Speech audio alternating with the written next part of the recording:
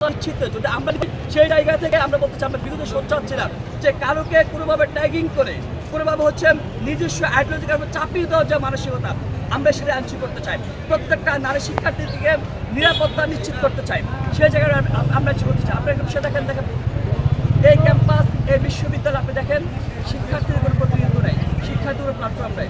যার কারণ কী দেখা যায় জানেন, দেখা যায় আমরা কোনোমে আমাদের সবগুলো প্রস্তুত থাকি গেস্টের মধ্যে শুভ তাহমিদান মুকাসি চৌধুরী সহ যাদের কথাই বলেছেন।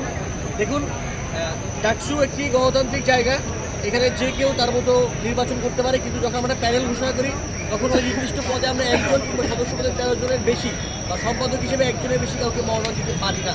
সুতরাং যারা নির্বাচন করছেন এই বিষয়ে তাদের গণতান্ত্রিক অধিকার, এখানে আমরা কোনো হস্তক্ষেপ করতে পারি না। আমরা সাংগঠনিক জায়গা থেকে এই বিষয়টিকে কৌশলগতভাবে দেখছি। আমরা তো দীর্ঘদিন রাজনীতি করি, ডাকসুও রাজনৈতিক ফিল্ড, ভোটের মাঠ, তো আমাদের নানা ধরনের কৌশল আছে। আমাদের একজন প্রার্থী একাধিক জায়গায় ফর্মও দিয়েছে। এখন পর্যন্ত আমরা যেটা চেয়েছি এটা আমাদের অফিসিয়াল প্যানেল আমরা ঘোষণা করেছি।